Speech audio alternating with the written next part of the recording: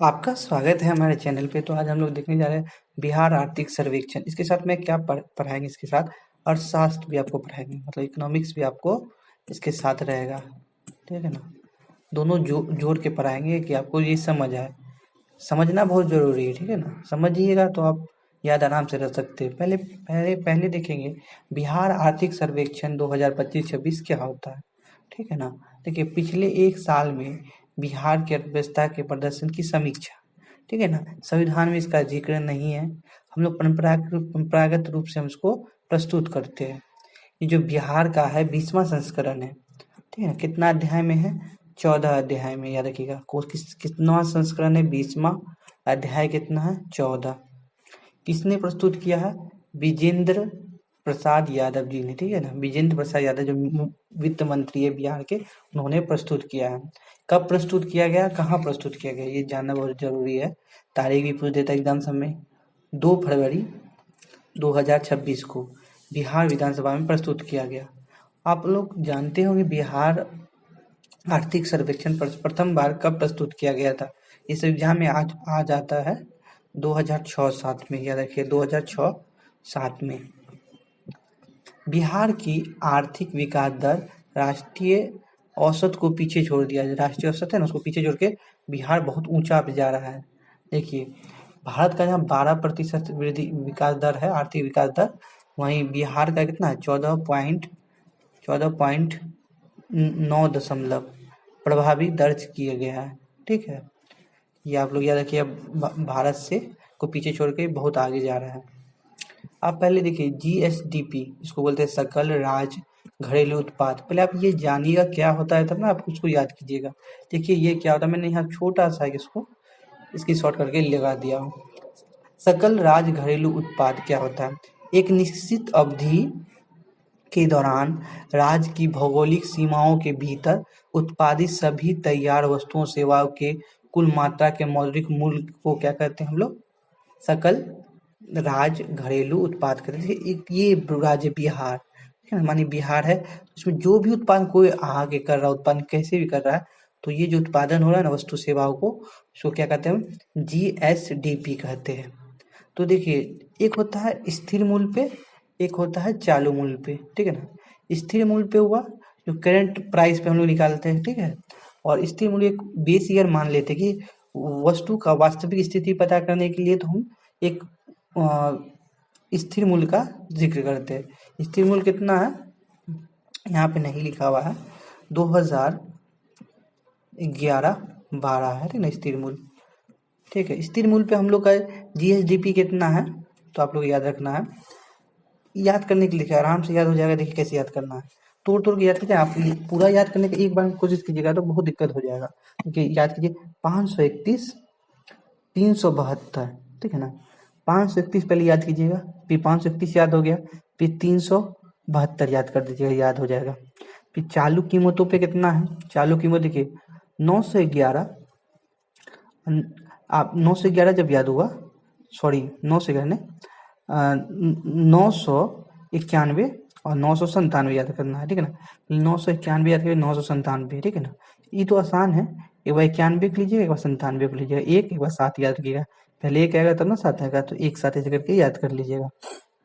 और पिछले साल से देखे कितना वृद्धि हुआ है तो वो देखते हैं।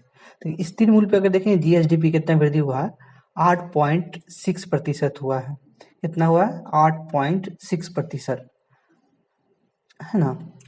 अब देखिए, राज्य की अर्थव्यवस्था स्थिर कीमतों विकास दर, स्थिर कीमतों चालू कीमतों पे विकास दर क्या रहा है? 13.4% है ना, 13.4% याद कीजिएगा। ठीक है ना, 13.4% रहा है। चलिए अब आगे देखते हैं हम लोग। शुद्ध राज्य घरेलू उत्पाद किसको कहते हैं? एनएसडीपी बोलते हैं। एनएसडीपी क्या होता है, पहले हम लोग को वो देखेंगे, उसके बाद ये पढ़ेंगे। एनएसडीपी देखिए क्या होता है। एनएसडीपी देखिए, जीडीपी के जो जीडीपी हम लोग निकाले ना, जीडीपी के अनुमान से स्थिर पूंजी के उपभोग, स्थिर पूंजी का जो उपभोग, जैसे कोई मशीन है, हम उसका उपभोग करेंगे, क्या होगा? उसका मूल्य ह्रास होगा। तो वही उससे उपभोग के अनुमान को घटाकर प्राप्त किया, जैसे जीएसडीपी निकाले जो अपने देश के अंदर सीमा हुआ और वो देखेंगे उसमें कितना मूल्य ह्रास हुआ है, तो वो जब देखेंगे ना तो हमको क्या निकलेगा, GFC मूल्य ह्रास निकलेगा, ठीक ना। याद रखिए, इसको क्या बोलते हैं, स्थिर पूंजी के उपभोग। NSDP समझ गए, NSDP कैसे निकलता है। डायरेक्ट एग्जाम में क्या होगा, कभी कभी आपको डायरेक्ट पूछ देगा कि NSDP बराबर क्या होता है, वाट बराबर लिख देगा GSDP प्लस CFC, प्लस कर देगा तो नहीं, प्लस नहीं होगा, क्या होगा यहाँ पे माइनस, याद रखिएगा। देखिए अब GDP निकालना, आप देखिए अब यहाँ पे एक और सवाल देख देते हैं, इसमें दो सवाल बन गया। देखिए अगर आपको बोले GDP बताइए, GSDP होता है, ठीक ना, GDP नहीं सॉरी, राज का तो GSDP होता है ना, GSDP बताइए तो क्या कीजिएगा, यहाँ यहाँ क्या है, माइनस में हो जाएगा, क्या प्लस में हो जाएगा ना। बोर्ड आप पढ़े होंगे बोर्ड मास का नियम, या इधर उधर जो जाता है मैथ में, तो ये उधर चल जाएगा, क्या हो जाएगा NSDP प्लस CFC ना, जो CFC है ना, मूल आधार करिए, जोड़ दीजिएगा तो क्या निकल जाएगा, GSDP निकल जाएगा। अब देखिए एक होता है स्थिर मूल्य पे, स्थिर मूल्य आपको बता दिए कितना स्थिर मूल्य हम लोग है ईयर माने हैं, 2011 से 12 हम लोग का है ना। देखिए इसको कैसे याद करेंगे, 471 पे तोड़िए, तीन तीन करके तोड़िएगा ना, आपको याद हो जाएगा। और डाटा एग्जाम हल्का सा हिंट्स आपके दिमाग में आ गया ना, तो पूरा अच्छा से बना लेते हैं। 471 और 322, 471 322, 471 322 है ना, 471 322 ऐसे करके याद कीजिएगा। फिर चालू वर्ष है ना, चालू वर्ष है, चालू वर्ष का क्या है 899। फिर देखिए यहाँ 2 है, फिर इधर 0 इधर 0, याद रखिए 899 आप लोग याद रखिएगा, ये याद हो जाएगा अपने आप। अब यहाँ पे देखिए कुछ और है, देखिए वर्ष 2011-12 में स्थिर मूल्यों पर बिहार की प्रति व्यक्ति आय है ना, ये याद रखना। देखिए स्थिर मूल्यों पर ना बिहार की प्रति व्यक्ति आय NSDP के अनुसार कितना है, इसके अनुसार देखिएगा, देखिए एग्जाम फंसा देगा आपको, ये देखिएगा NSDP के अनुसार क्या है, ठीक है 36,000, या तोड़िए 36,342, तोड़िए ना 36,342, ऐसे करके याद कीजिए, याद होगा, बहुत लंबा समय तक रहता है। अगर आपको कोई चीज याद नहीं हो रहा है, बहुत मतलब प्रयास करें नहीं याद, उसको तोड़ तोड़ के 2 याद कीजिए, 1 याद कीजिए तो याद हो जाता है।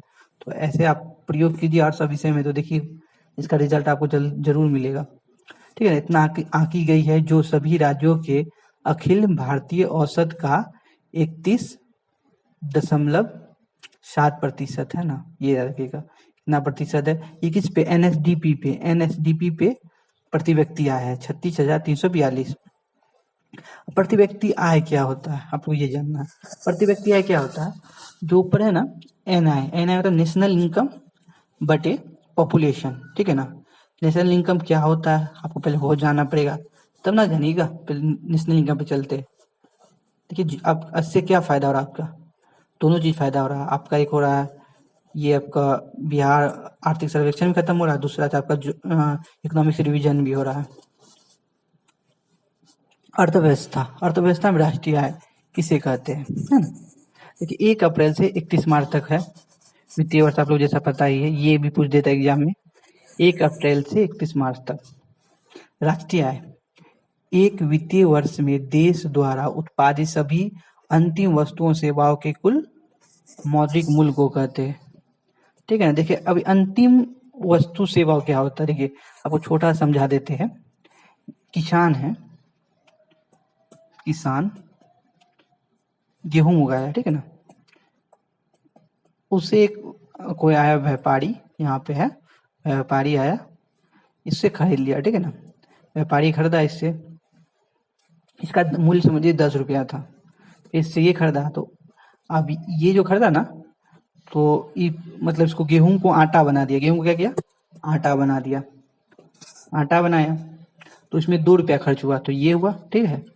और फिर ये एक बेकरी वालों को भेज दिया, बेकरी वाले भैया को भेज दिया, ठीक है ना, ये बेकरी वाले भैया को भेज दिया, ये क्या किए ब्रेड बनाए और इसका मूल्य रखे 20 रुपया, ठीक है ना, 20 रुपया रखे। तो ये समझ में आया आपको, इसने 2 रुपया का वैल्यू एडिशन किया, इसने 8 रुपया किया तो ब्रेड बना दिया तो बेचे। देखिए आप, ये जो है ना, हम इससे पीछे नहीं जाएंगे, पीछे जाएंगे तो खाद्यान्न होगा, बहुत चीज होगा, ठीक है ना। तो हम डायरेक्ट आएंगे क्या, इसी को जो आखिरी जो है ना, आखिरी पकड़ लेते, किसी को एक आखिरी पकड़े, आखिरी हम इसको पकड़ लिए, ठीक है ना। तो ये क्या होगा, अंतिम वस्तु, किसान कितना रुपया में दिया, 10 रुपया, तो 10 रुपया इसको ऐसे लीजिए, 10 रुपया, ठीक है। ये कितना वैल्यू एडिशन किया है, इससे कितना रुपया एक्स्ट्रा किया है, 2 रुपया, तो 2 रुपया लिखेंगे। इसमें कितना एक्स्ट्रा है, 8 रुपया, तो ये जो हम सब जोड़ेंगे ना, तो कितना होगा, 20 रुपया। तो अगर जीडीपी में जोड़ना है तो 20 रुपया ऐसे करेगा। इसी को बोलते हैं अंतिम वस्तु, ठीक है ना। ये जो है ना, ये अंतिम वस्तु है, ये वैल्यू एडिशन करके जोड़े हैं, जो हम लोग 2015 से इसको लागू किए हुए हैं, SNA 2008, पता है ना। इसके बारे में अलग से वीडियो बनाऊंगा, तो आप तो समझ जाइएगा। जब तो अब हम लोग इस पे टॉपिक भी आ जाते हैं। देखिए, इसमें जो है ना, मुख्य तथ्य क्या है, समय कितना है, 1 वर्ष लिए, समय कितना है, 1 वर्ष। अब देखिए, 1 वर्ष में ना अंतिम वस्तुओं सेवाओं दोहरी गणना से बचाव के लिए, ठीक है ना। अंतिम वस्तुओं सेवाओं क्यों क्यों लेते हैं, हम बताएं ना क्यों। दोहरी गणना, देखिए अगर अभी 20 रुपया किए हैं, ये 20 रुपया है ना, अगर देखिए डायरेक्ट गणना करेंगे कितना होगा, 30, 42, अगर ऐसे देखिएगा तो तीनों कितना 42 रुपया हो रहा है, तो सही आ पाएगा राष्ट्रीय आय, नहीं ना। तो इसलिए वैल्यू एडिशन का हम लोग फॉर्मूला अपनाते हैं कि अंतिम वस्तु, अंतिम कहीं मान लिए तो वहां से। साधन, साधन आय क्या है, किराया से है, मजदूरी है, ब्याज, लाभ, ये ना, और विदेशियों से शुद्ध आय जो आ रहा है, FDI जो सब चीज आ रहा है, ठीक है ना। नागरिक द्वारा अर्जित आय, ये सब भी है। अब देखिए, इसकी 3 विधियां हैं।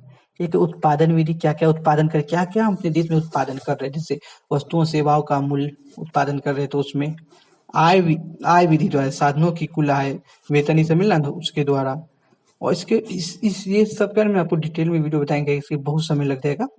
व्यय विधि, जैसे शॉपिंग कर रहे हैं, ये व्यय करके कुछ खरीद रहे हैं ना, कुल खर्च में क्या उपभोग और निवेश दोनों शामिल है। देखिए, राष्ट्रीय आय क्या बोलते हैं, साधन लागत पर शुद्ध राष्ट्रीय उत्पाद, ये फैक्टर कोर्स होता है ना। तो ये देखिए, अगर फैक्टर को श्रमिक में कुछ लगा है, वो समझिए, आपको डायरेक्ट बता रहे हैं, सामान बनने में हमको ब्रेड बनने में 20 रुपया लग गया, ब्रेड बनने में कितना लगा, 20 रुपया लगा। अगर सरकार इसमें टैक्स लगाएगी, GST मानिए, GST सरकार जो अगर टैक्स लगाएगी, कुछ टैक्स लगाई, तो 10% टैक्स लगाई सरकार, मान लीजिए 10% टैक्स लगाई, ठीक है ना। तो कितना रुपया हमको देना पड़ेगा, काटिए 2 रुपया, ठीक है ना। तो 22 रुपया का सामान हो गया। ये आपको समझ आया। अगर सरकार सब्सिडी देगी तो कितना, 2 रुपया, समझिए 10 रुपया छूट दिया तो 2 रुपया 18 रुपया हो जाएगा। ये समझे, सब्सिडी देगी तो सरकार छूट हो जाता, और आप GST में बढ़ जाता पैसा। अब आप बोलेगा नेशनल इनकम निकालिए, NI निकालने के लिए ना तो फैक्टर को निकालिए, फैक्टर को मतलब जो ये है ना, NP में एक फैक्टर को निकालने के लिए, शुद्ध राष्ट्रीय आय, शुद्ध राष्ट्रीय उत्पाद निकालने के लिए क्या करेंगे, इसका जो ओरिजिनल मूल्य है ना, ये जो है ओरिजिनल मूल्य, अगर हमको GST करना है तो उससे घटा देना है, ठीक है ना।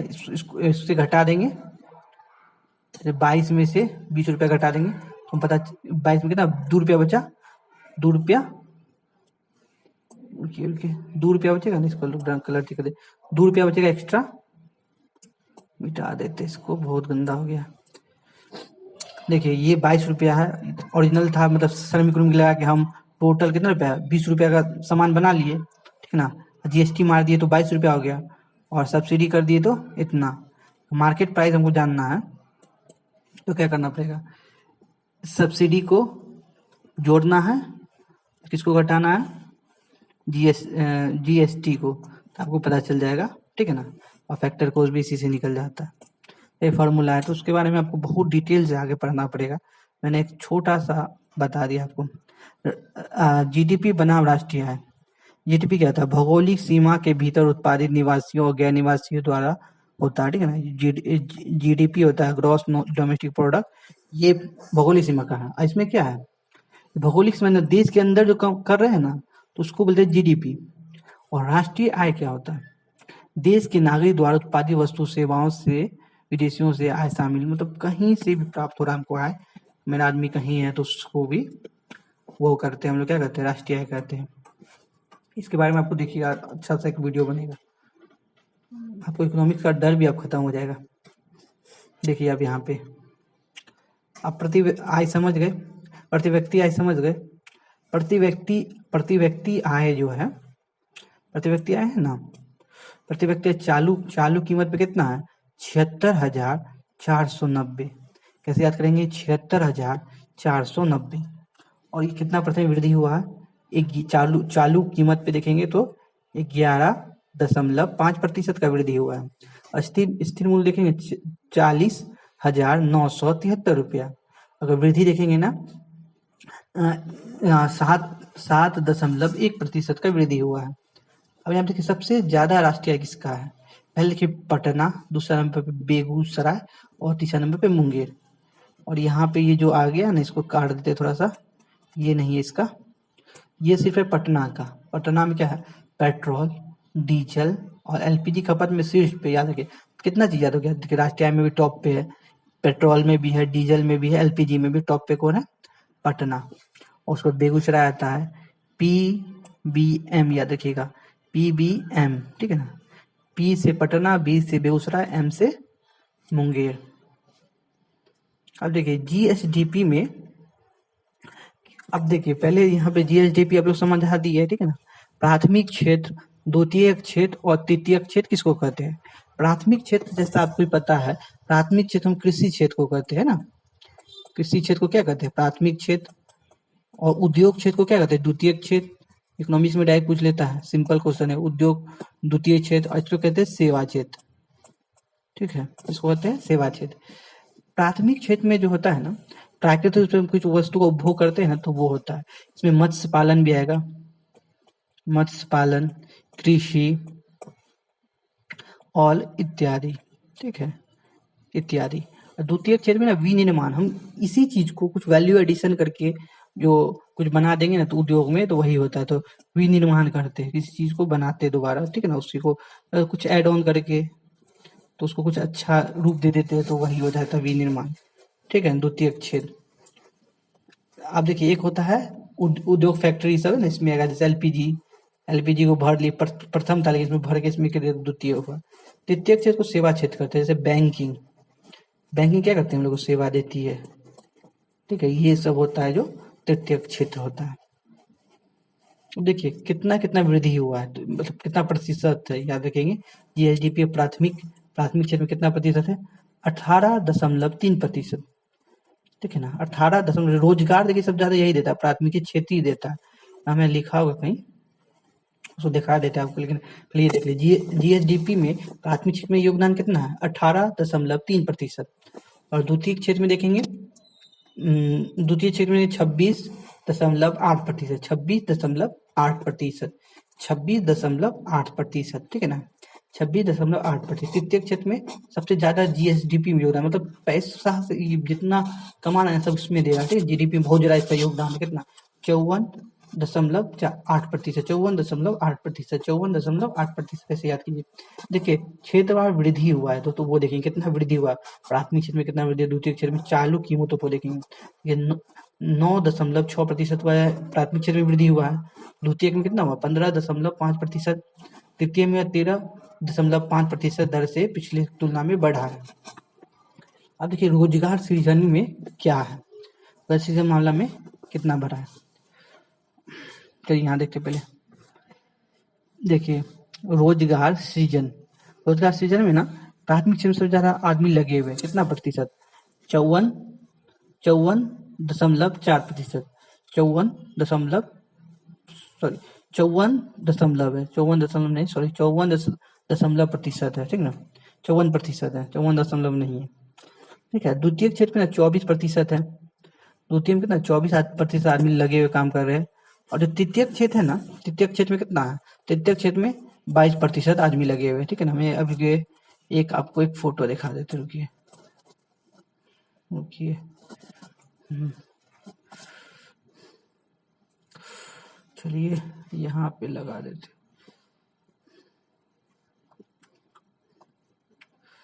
अब देखिए पहले आपको ई देखना है, सबसे पहले क्या देखना है आपको, ये देखना है कि जीएफसीएफ क्या होता है, उसके बाद में वो बताता हूँ, ठीक है ना। यहाँ पे देखिए पहले इसको देख लेते हैं, देखिए देखिए सकल स्थिर पूंजी निर्माण क्या होता है, ये कहने हो रहा है। चलिए उसके बाद मैं बताता हूँ आगे। सकल स्थिर पूंजी निर्माण क्या होता है, जीएफ क्या होता है। किसी अर्थव्यवस्था में एक निश्चित अवधि, आमतौर पर कितना होता है, जैसे 1 वर्ष होता है, नई अस्थाई, जो कुछ अस्थाई संपत्ति होगा ना, अस्थाई संपत्ति कैसे, जैसे मशीन, कारखाने, इमारत, बुनियाद ढांचे खरीद या निर्माण करके कुल निवेश होता है, ठीक है ना। खरीदेंगे या निवेश करेंगे तो वो भी क्या होता है, जीएफसीएफ होता है, जो मतलब अस्थाई हो। जैसे आप कुछ, जैसे मोबाइल है आपका, टेबल है, ठीक है ना, तो ये सब देख लीजिए, ठीक है ना।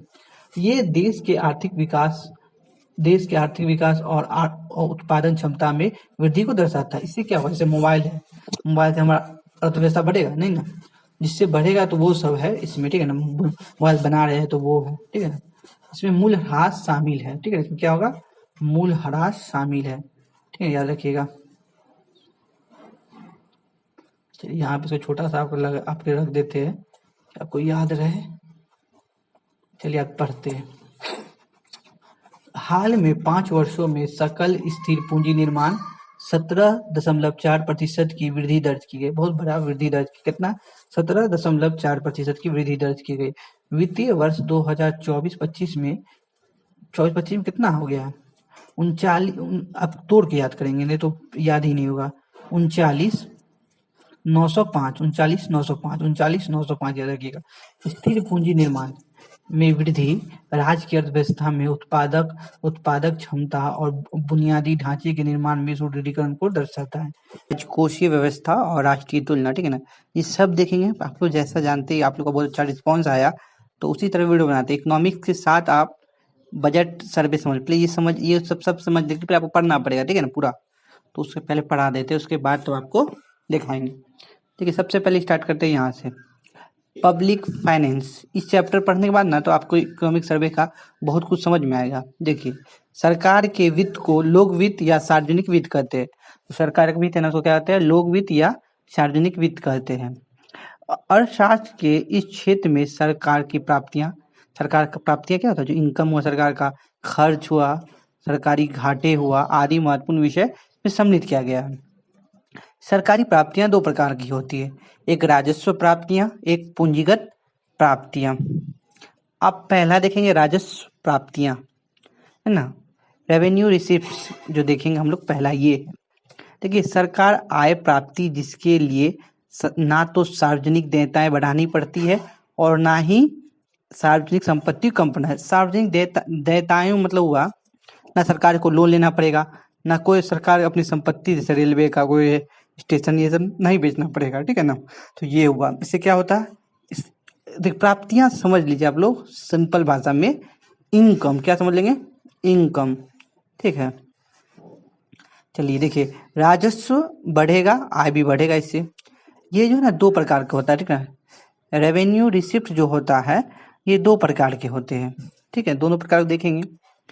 देखिए यहाँ पे राजस्व प्राप्तियां, कर और गैर कर। देखिए पहले टैक्स रेवेन्यू जो होता है, कर राजस्व, पहले किसको बोलते हैं, कर राजस्व। इसमें देखिए प्रत्यक्ष अप्रत्यक्ष कर प्राप्त आय, जो प्रत्यक्ष कर अप्रत्यक्ष कर से जो आय प्राप्त होता है तो उसी को कहते हैं। ये जो है ना कर राज्य को दिया जाने वाला एक तरफा अनिवार्य भुगतान है ना। सरकार एक तरफा कर देगा, सरकार इसके बदले आपको कुछ सुविधा नहीं देगी, ठीक है ना, ये कर आपको देना ही पड़ेगा, जिसके लिए राज्य को करदाता को कोई वस्तु सेवाओं की आवश्यकता नहीं होती है, ठीक है ना, तब भी देता है। चलिए आगे बढ़ते हैं। अब देखिए यहाँ दूसरा है जो नॉन टैक्स रेवेन्यू, गैर राजस्व, ठीक है। इसमें क्या क्या आता है, शुल्क आता है, दंड आता है, ब्याज, लाभांश और बाह्य अनुदान, ठीक है ना। लाभांश सरकार को देता है, ठीक है ना, ये सब हुआ। देखिए इसमें 2 प्रकार बताया, राजस्व प्राप्तियां में 2 प्रकार बताया, कैसा होता है, एक होता है कर राजस्व, एक गैर कर राजस्व। एक कर के माध्यम से सरकार राजस्व प्राप्त करता है, वो गैर कर के माध्यम से राजस्व प्राप्त करता है। अब देखिए प्रत्यक्ष कर, अब हम देखेंगे सबसे पहले किसमें देखेंगे, इसी में देखेंगे, इसमें देखेंगे, ठीक है। प्रत्यक्ष कर क्या होता है, प्रत्यक्ष कर है ना, प्रत्यक्ष कर क्या होता है, प्रत्यक्ष कर ऐसे कर होते हैं जिनका भार को अन्य पर हस्तांतरित नहीं किया जा सकता है।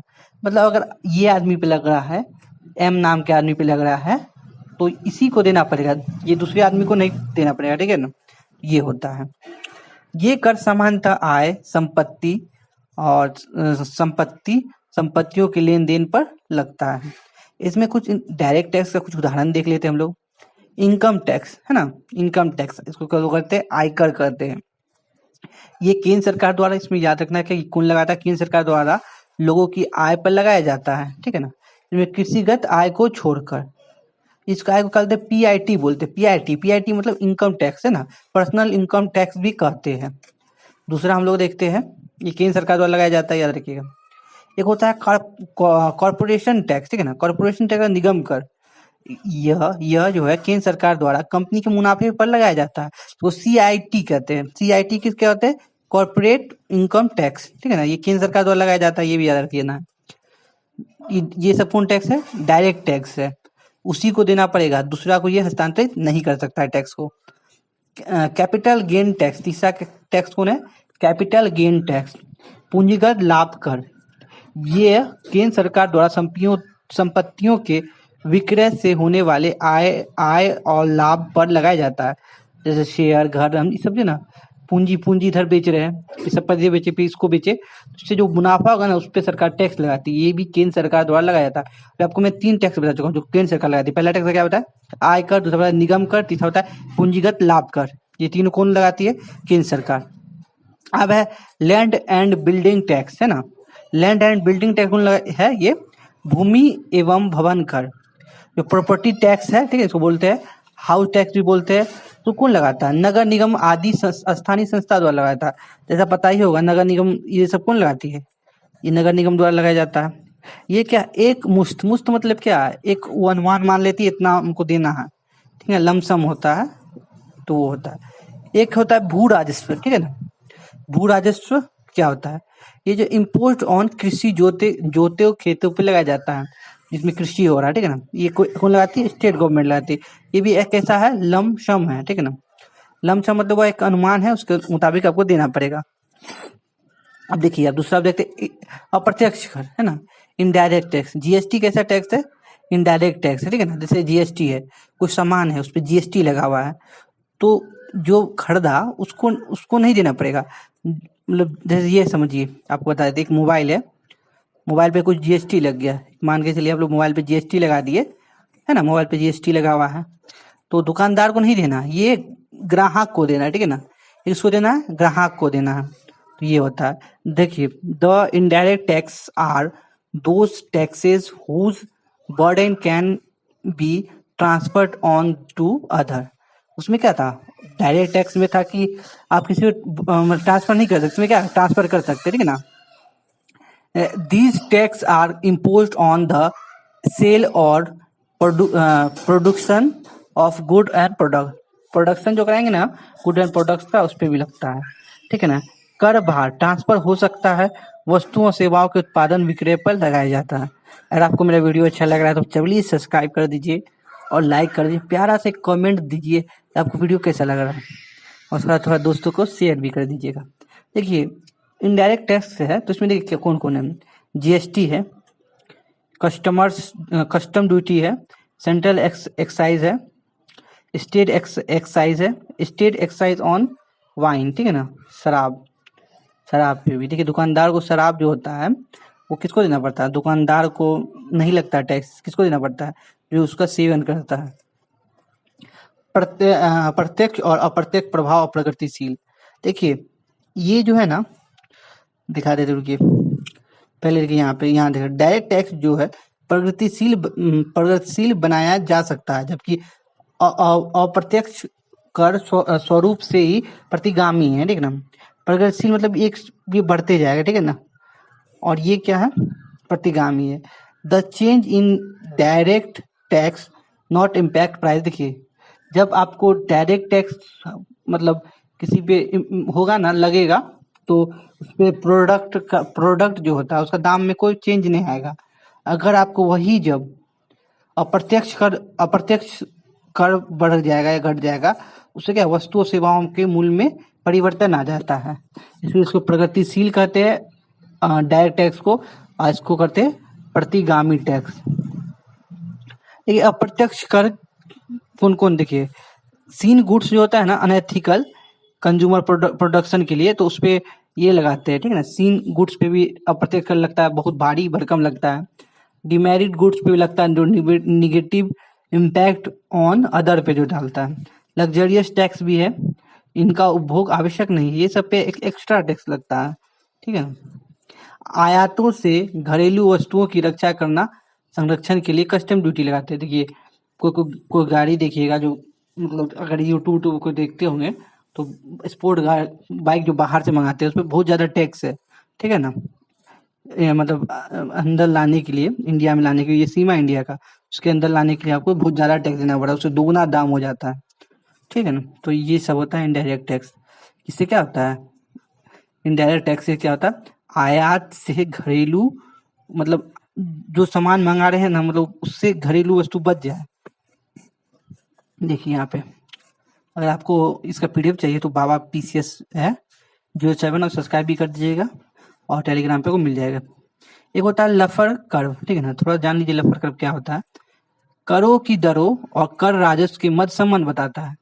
खाली आपको याद रखना है, करों की दरों और कर राजस्व के मध्य क्या बताता है, संबंध बताता है। लफर कर्व क्या होता है ये याद रखना पड़ेगा। 2 3 4 टाइम मान लिए, ठीक है ना, ये टाइम मान लिए। अब देखिए अभी हम इसको बढ़ा रहे हैं, ठीक है ना, कर राजस्व बढ़ा रहे हैं, ठीक है ना। कर राजस्व बढ़ाएंगे तो टैक्स धीरे धीरे जाके कम होते जाएगा, ठीक है ना। एक सीमा के बाद वो क्या कर देगा, खत्म कर देगा, रोक दिया जाएगा, ठीक है ना। क्यों कर रोक दिया जाता है, काहे नहीं बढ़ने टैक्स दिया जाता है? उसका कारण है कि अगर आप जैसे अंबानी बहुत कमा रहे, बहुत पैसा हो गया उनको, बहुत पैसा हो गया, और उनमें ज्यादा टैक्स लगाएंगे तो वो इस सीमा के बाहर अगर कमाते हैं तो ज्यादा टैक्स हो जाएगा, तो वो क्या करें, काम करना बंद करें। इसलिए क्या करते हैं, एक सीमा के बाद टैक्स को कम करना चाहिए, उसको खत्म हो जाता है, ठीक है ना। कर की दरों में लगातार बढ़त राजस्व को लगातार नहीं बढ़ाता, ये बता रहा। एक बिंदु के बाद राजस्व कम होने लगता है, कारण क्यों है ये बताए ना आपको। अंबानी बंद कर देगा काम तो कैसे चलेगा। कर की अत्यधिक ऊंची दरों पर लोग काम बंद करके आराम करने लगेंगे, और अधिक अधिक वरीयता देने लगते हैं, ठीक है। अब देखिए हम राजस्व, आपको हम क्या बताया अभी, राजस्व प्राप्तियां बता चुके हैं। इसके बाद बताएंगे पूंजीगत प्राप्तियां, ठीक। देखिए यहाँ पे सरकार को मिलने वाली वह आय जिसकी प्राप्ति के लिए या तो सार्वजनिक संपत्ति को विक्रय करना पड़ेगा, या सार्वजनिक देयताओं को बढ़ाना पड़ेगा। लोन को बढ़ाना पड़ेगा, नहीं तो क्या करना पड़ेगा, संपत्ति को बिक्री करना पड़ेगा। ये याद रखिएगा आप लोग। विनिवेश क्या होता है, विनिवेश पहले जान लीजिए क्या होता है। देखिए इसमें पहला आता है विनिवेश, ठीक है ना, इसका एग्जाम्पल के प्राप्तियां विनिवेश आता है। पब्लिक इंटरप्राइजेस इक्विटी को सेल करना। निवेश के विपरीत है, निवेश क्या, निवेश के विपरीत है, किसी कंपनी, संगठन या सरकार द्वारा अपनी संपत्ति संस्था में हिस्से को बेचना, समाप्त करना या उसमें से बाहर निकलना, इसको विनिवेश करते हैं, ठीक है ना। अब देखिए जैसे अब दूसरा क्या है, ऋणों की वसूली। दूसरा क्या है, ऋणों की वसूली प्राप्तियां में आता है। जैसे ए है, ए के लिए संपत्ति है, जैसे हम इतना रुपया मेरे पास, ए के लिए संपत्ति लेके हम इसको दिए, तो बी के लिए देयताएं हो गई, क्या हो गया, बी के लिए ये लोन हो गया, तो यही है। एनपीए, एनपीए आपको सुने होंगे, बैंक जो 90 कितना दिन होता है, तो वो वाला कॉन्सेप्ट है, तो लेकिन non performing asset, balance sheet, liabilities and assets, याद रखिएगा। चलिए आप देखते हैं कैपिटल रिसिप्ट में जो आता है, रिसिप्ट में आता है जो तीसरा है मार्केट बोरोइंग, ठीक है ना, बाजार से उधार लेता है। देखिए अगर आंतरिक लिया, चलिए रुकिए 1 मिनट, अगर ये आंतरिक लोन ले रहा है तो आरबीआई से लेगा, अगर बाहर किसी से लेगा तो गवर्नमेंट ऑफ इंडिया से लेगा। आंतरिक उधार के लिए आरबीआई द्वारा 1 वर्ष से अधिक अवधि के सरकारी बॉन्ड जारी किए जाते हैं, और इन्हें दिनांकित सरकारी प्रतिभूतियां भी कहते हैं, ठीक है। 1 ईयर का जैसे एस गवर्नमेंट, सेवेरियन, ग्रीन बॉन्ड, ये सब आता है। अब देखिए अदर लायबिलिटीज, अन्य देयताएं क्या होता है, अल्प बचत जमाए संग्रह, जैसे इसमें होता है भविष्य निधि जमाए, राष्ट्रीय बचत पत्र, जैसे किसान विकास पत्रा, डाक जमाए, ये सब जो ना सुकन्या योजना, ये सब जो होता है अन्नदाताएं में होता है। क्या समझ आ गया आप लोगों को? आगे बढ़ते। एनडीसीआर क्या होता है? एनडीसीआर का वे सरकारी आय होती है जिनमें सरकार को कोई नया कर्ज नहीं बढ़ता है, ना ही कोई देयताएं उत्पन्न होती है। ठीक है, इसको बोलते हैं एनडीसीआर। तो पहला और दूसरा को क्या बोलते हैं? एनडीसीआर बोलते हैं। तो पहला दूसरा कौन है? पहला देखिए विनिवेश है, दूसरा क्या? ऋणों की वसूली। इससे सरकार क्या होता है? ना नया कर्ज बढ़ता है और ना ही नया कोई देता है, लायबिलिटी उत्पन्न होता है। ठीक है, याद रखिएगा ये जो मैं बताया। एनडीसीआर, नॉन डेबिट कैपिटल रिसिप्ट, इसको हिंदी में बोलते हैं गैर ऋण पूंजीगत प्राप्तियां। आप लोग को इकोनॉमिक्स है ना, इकोनॉमिक्स थोड़ा इंग्लिश शब्द कोश का आप लोग को ध्यान रखना पड़ेगा, नहीं तो बहुत दिक्कत हो जाएगा आगे।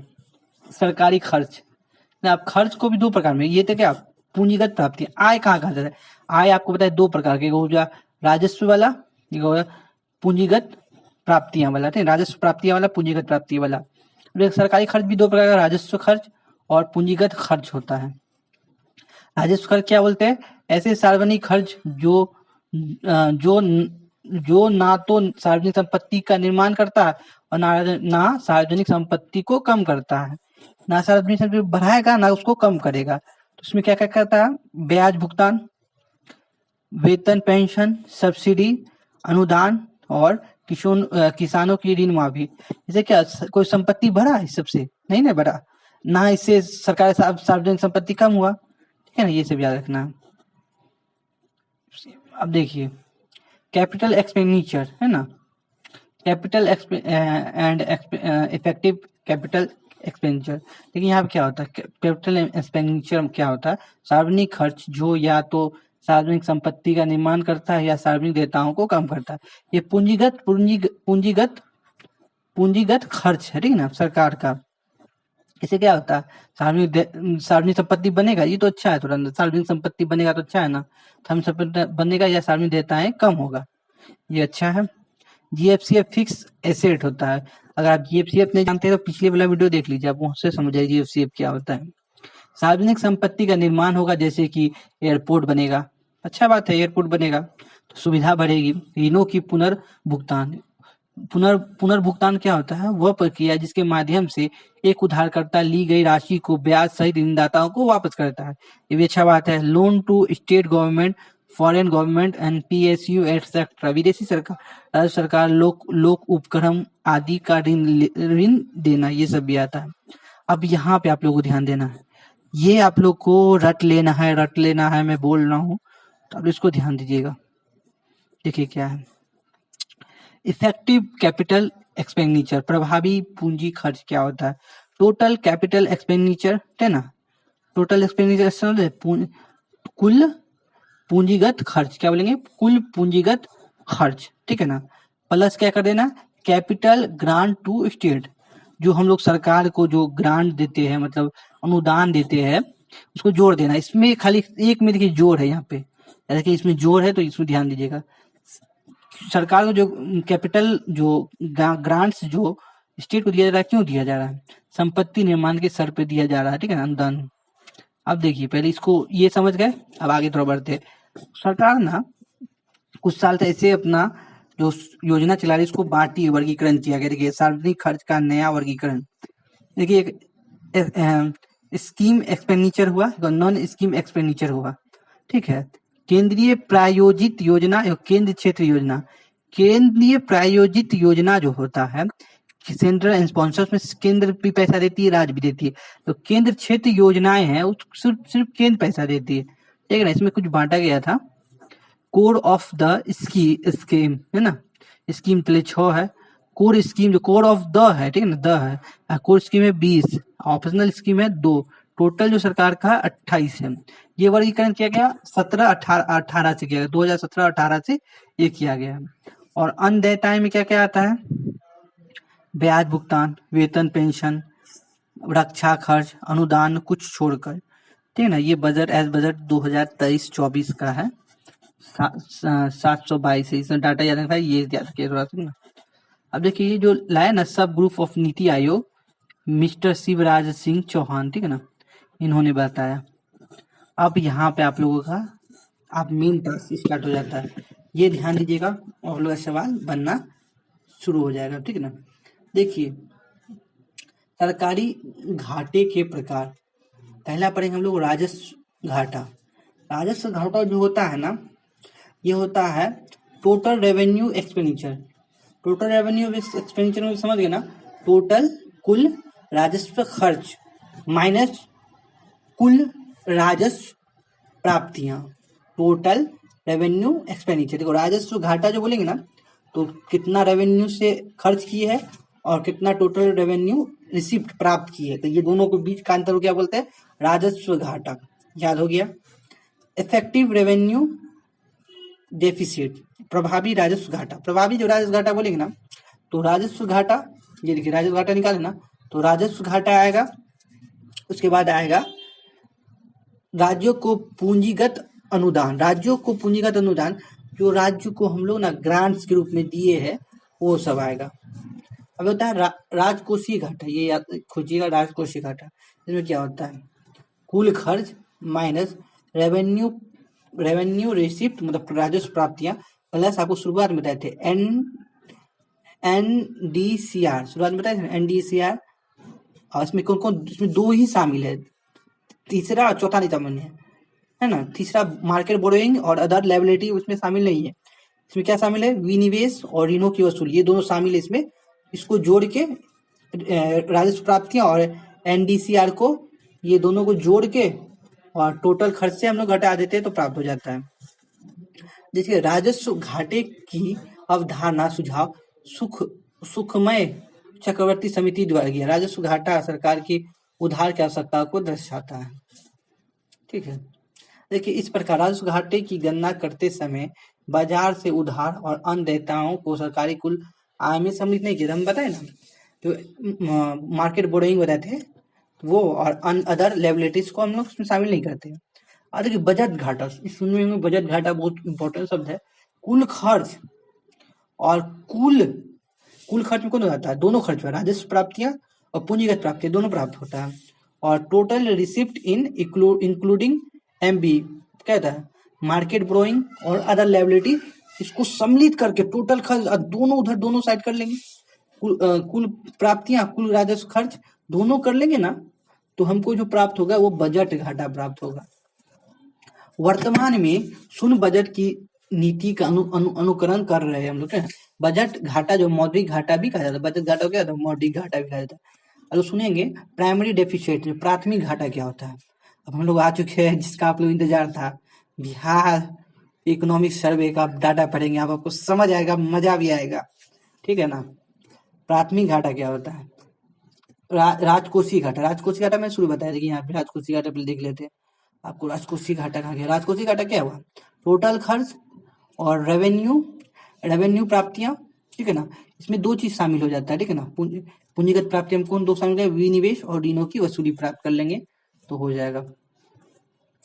देखिए यहाँ पे ना राजकोषीय घाटा घटा के इंटरेस्ट पेमेंट ब्याज भुगतान कर देंगे तो आ जाएगा। अब आप लोग लाइक कर दीजिए। अब आप लोग का टॉपिक स्टार्ट हो रहा है बिहार इकोनॉमिक सर्वे, बस छोटा सा है, आपको याद करा देते हैं तुरंत ही, ठीक है ना। थोड़ा इसको हटा देते हैं क्योंकि इसको कॉपी कर लेते, कॉपी होगा, ये कॉपी कैसे होगा, चलिए छोड़िए, पढ़ते हैं अपना लोग। देखिए आप, अब डाटा को मैं एक बार चेक भी कर लूँगा, डाटा कुछ गलत नहीं हो, ठीक है ना। मोबाइल से मैं चेक कर लेता हूँ, डाटा भी खोल लेता हूँ, चलिए डाटा भी खोल लिया। देखिए राजस्व प्राप्तियां जो होता है, ये डाटा बहुत इंपॉर्टेंट है, याद रखिए आप लोग। राजस्व प्राप्तियां आप लोग समझ गए राजस्व प्राप्तियां क्या है। देखिए इसको याद करना, तोड़ के 218 और 658, 218 बोलिए, 218 658, 218 658, 218 658। राजस्व प्राप्तियां मेरे साथ बोलिए, आपको याद नहीं होगा तो बोलिए, कहे थे हम। राजस्व प्राप्तियां बोलेंगे 218 658, 218 658, 218 658, 218 658। ये जीएसडीपी का कितना परसेंट? 22%। जीएसडीपी का कितना? 22%। 218, 658। अरे पूंजी पूंजी प्राप्तियां कितना है? 66,165। 66,165 पूंजी प्राप्तियां कितना? 66,165। बोलिए 3-4 और बोलो। 66,165, 66,165, 66,165। यही कुछ डाटा ही याद करना है ना, तो बोल बोल के याद कर लीजिए। 66,165, 66,165। और ये जीएसडीपी कितना है? 6.7% है, ठीक है ना। अब देखिए कुल व्यय मतलब कुल खर्च कितना हुआ, ये सरकार प्राप्त किया है। कुल व्यय कितना किया? 281, 281, 281 और 939 है ना। 281 कुल व्यय कितना सरकार कहती है? 281, 939, 281, 939, 281, 939, 281, 939, 281, 939, 281, 939। कितना है जीएसडीपी का? 28.4%। राजस्व राजस्व क्या हुआ?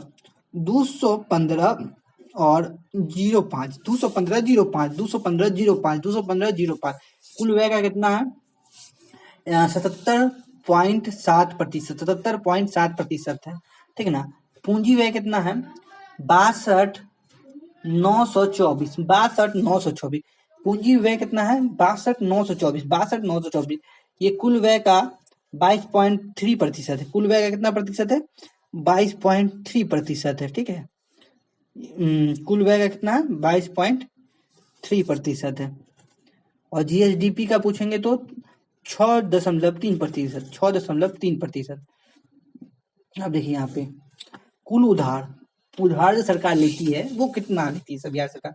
86,000, 86 को तोड़ दिए नहीं तो इसे भूल जाएगा आप लोग, ठीक है। ये पूरा याद करना है ना, तो इसको हम लेते हैं यहाँ से 800, 860, 49, 860, 49, 860, 49, 860, 49, 860, 49, 860, 49, 860, 49 से याद कीजिए। ये जीएसडीपी कितना है? 6.7%, 6.7%। देखिए बकाया ऋण कितना है? सरकार ऋण नहीं दी है, बकाया ऋण बचा हुआ है, ठीक है। 374, 134, 374, 134, 374, 134, 374, 134 याद रखिएगा। जीएसडीपी का 37.7%, 37.7%, 37 कितना याद रखना है? 7%। अब देखिए सकल राजकोषीय घाटा, सकल राजकोषीय घाटा बताए ना, आप लोग समझ आ रहा होगा, थोड़ा थोड़ा आ रहा है ना। तो अगर नहीं आ रहा है तो फिर से वीडियो थोड़ा थोड़ा देख लीजिए, समझ आ जाएगा। पीडीएफ में थोड़ा पढ़ लीजिए, मजा आ जाएगा। कितना है? 41,223। कितना कहते हैं? सकल राजकोषीय घाटा क्या हुआ? 41,223, 41,223। तो जीएसडीपी का कितना है? 4.2%, 4.2%, 4.2% है। प्राथमिक घाटा कितना है? प्राथमिक घाटा कितना है? प्राथमिक घाटा कितना है? 21,544, 21,544। और जीएसडीपी का कितना है? 2.2, ठीक ना। अब देखिए राजकोषीय घाटा सरकार की उधार की आवश्यकताओं को दिखाता है ना, बताया थे आप लोगों को। राजस्व घाटा क्या है? राजस्व घाटा कितना है? 357 करोड़, ठीक है। सी में सब सीआर है, करोड़ है। 357 करोड़, 357 करोड़, बस थोड़ा ही बच गया है। अब ये देख लेंगे। अब देखिए पहले जो है नेशनल से कंपेरिजन कर रहे हैं, ठीक है ना। तो यहाँ से देख रहे हैं वो क्या क्या मिल रहा है, ठीक है ना। नेशनल कंपेरिजन बेंचमार्क कर रहे हैं। जीडीपी ग्रोथ जो है भारत की जीडीपी 2024-25 के लिए स्थिर कीमतों पर, है ना। भारत की जीडीपी ना 6.5 है, ठीक है, 6.5 है। और वर्तमान कीमतों पे मतलब वर्तमान कीमतों पर के लिए स्थिर कीमतों पर 6.5 है। दोबारा आ गया पीडीएफ में, ठीक है ना। वर्तमान कीमत कितना है? 9.8% है। तुलना में बिहार की काफी मजबूत है। बिहार का स्थिति क्या है? बिहार काफी अच्छा मजबूत स्थिति में दिख रहा है। तो ये खुशखबरी हम लोगों के लिए। पोस्ट कोविड बाउंस है ना, बाउंस, ठीक है ना। कोविड-19 के बाद ना 22 से 23 के बिहार की वर्तमान कीमत पे 17.9% की भारी वृद्धि दर्ज की गई, जो भारत का 14% ही वृद्धि से अधिक है। कितना दशमलव हम लोग का बहुत अच्छा है। देखिए सकारात्मक, कहीं कहीं सकारात्मक भी हम लोग को देखने को मिल रहा है। 17.9% की भारी वृद्धि हुई है और भारत का प्रतिशत की वृद्धि हुई बस। इनकम गैप जो है बिहार की प्रति व्यक्ति आय एनएसडीपी में राज्यों को अखिल अखिल औसत का 31.60% कितना है? 31.60%। 31.60% याद रखिएगा आप लोग। अब थोड़ा ही बच गया है। दीर्घकालिक विकास जो हुआ है, देखिए 11 से लेकर 25 के बीच प्रति व्यक्ति जीएसडीपी 9.5% और स्थिर कीमतों पर 4.4% है। बिहार की प्रति व्यक्ति एनएसडीपी 7.9% वार्षिक दर से बढ़ी है, जो अखिल भारतीय औसत को पीछे छोड़ती है। देखिए आप लोग, अब ये वीडियो समाप्त हो चुका है। आपको ये वीडियो कैसा लग रहा है? अब मेरा पढ़ाने का ये नया तरीका कैसा लग रहा है? यूट्यूब पे सब पढ़ाते हैं, खाली बजट याद करेंगे, समझ में आना चाहिए ना। जब समझ नहीं पाएगा तो याद कैसे होगा? अगर आपको ये वीडियो अच्छा लगा तो जल्दी से जरूर सब्सक्राइब कीजिएगा, अपने दोस्तों को शेयर कीजिएगा। ये तरीका आपको अच्छा है तो कमेंट में बताना, राय राय जरूर दीजिएगा। मिलते हैं एक नई वीडियो में।